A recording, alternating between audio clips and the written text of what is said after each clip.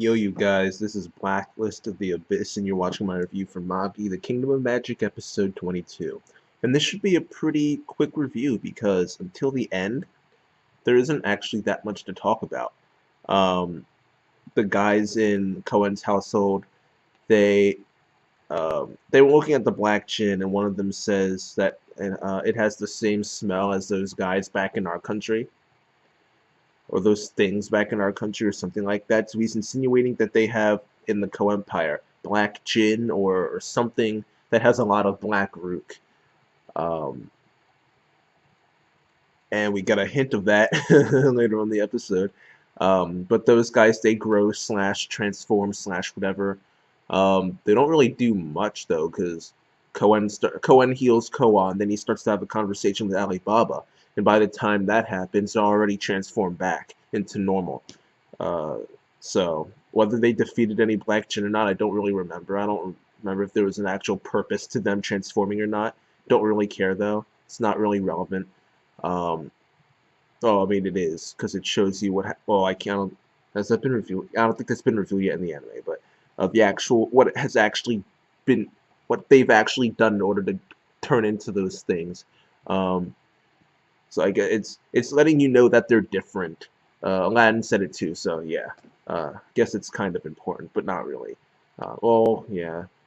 Uh, yeah, kind of important.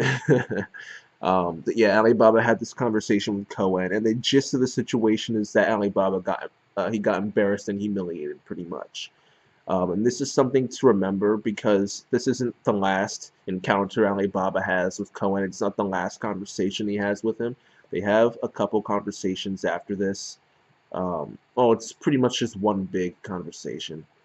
Uh, well, I guess it's two, since they changed location for this next part of it. But they have conversations after this. Their relationship becomes incredibly relevant later on. So it's important to remember how exactly they think of each other. Cohen's pretty much looking down on Alibaba and thinking, "Wow, you think you're on my level? Ha, yeah, right." But I'll make you happy for now, and I'll thank you like you want me to. But at the end of the day, you're still gonna realize how I truly think of you. All right, and Alibaba does, and he's humiliated pretty much. That's the gist of that. But it is important to remember how they think of each other, what their relationship is right now, because it does become relevant later on.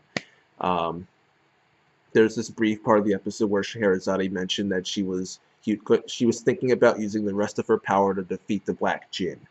Um, yeah, so I really care about from that part, really. I mean, the stuff with the finally score is not really relevant at all.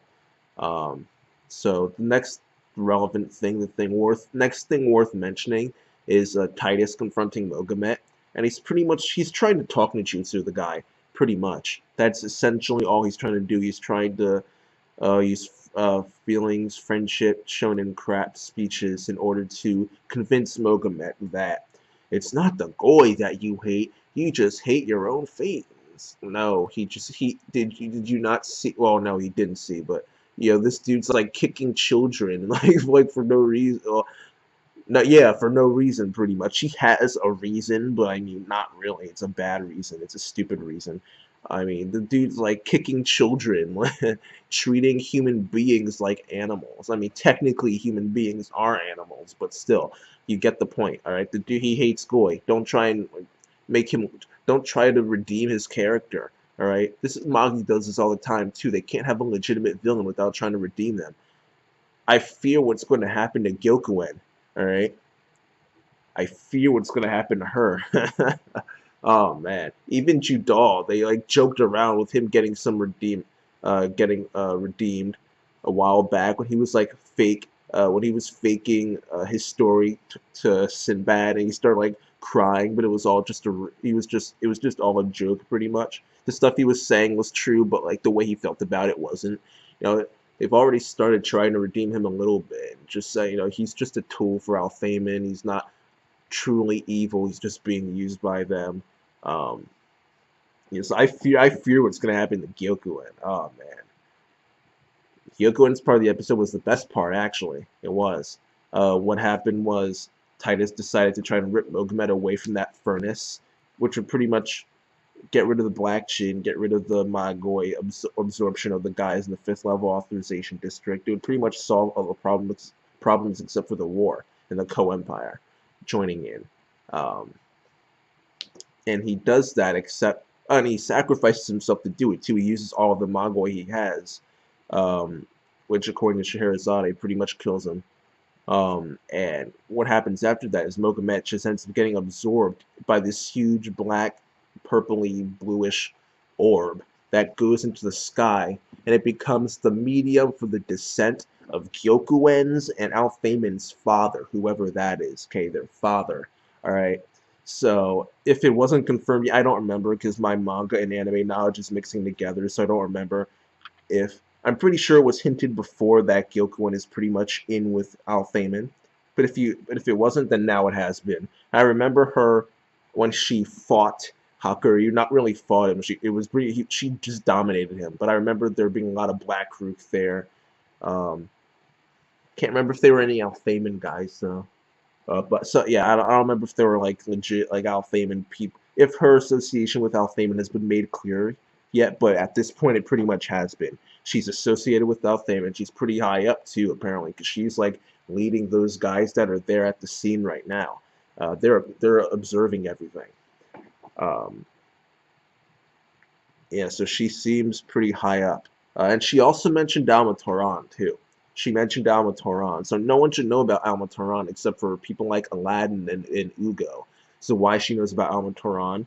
I mean, I'm sure you can make some guesses. But I don't want to give away too much because I can't really make up any fake theories because they're all going to be based on the knowledge that I already have. Trying to purposely push you away. It's going to be stupid stuff like, oh, maybe she talked to someone who was from Almator. I don't know. Maybe she, I don't know. I'm not going to bother wasting time coming up with fake theories. Yeah, she knows about Almatoran, and she's in with Alphaemon. She's pretty high up. And now the medium for the descent of their father, it's coming down, all right? Their father is being reborn, whoever that person is. One thing that should be clear, though, is that their father being reborn is a bad thing. A bad thing. And Aladdin says of himself, forget the Black Chin. If that thing comes down, we're all screwed, alright? That's the thing we need to stop. Screw the Black Chin, screw this war. That's the big problem here. Alright, so, yeah, that's that. And overall, I'll give this episode a 7 out of 10 because there were a lot of boring parts where I just didn't care. It, like Titus trying to talk Ninjutsu Mogamed. But there are also a lot of important things too, like Gyokuen, Alphaemon, Alibaba and Cohen's conversation. There were important parts too. It's just that there were a lot of boring parts too. So overall, I'll just give it a 7 out of 10 and leave it at that. And that's it. Rate, comment, subscribe, and I'll see you guys next time. Can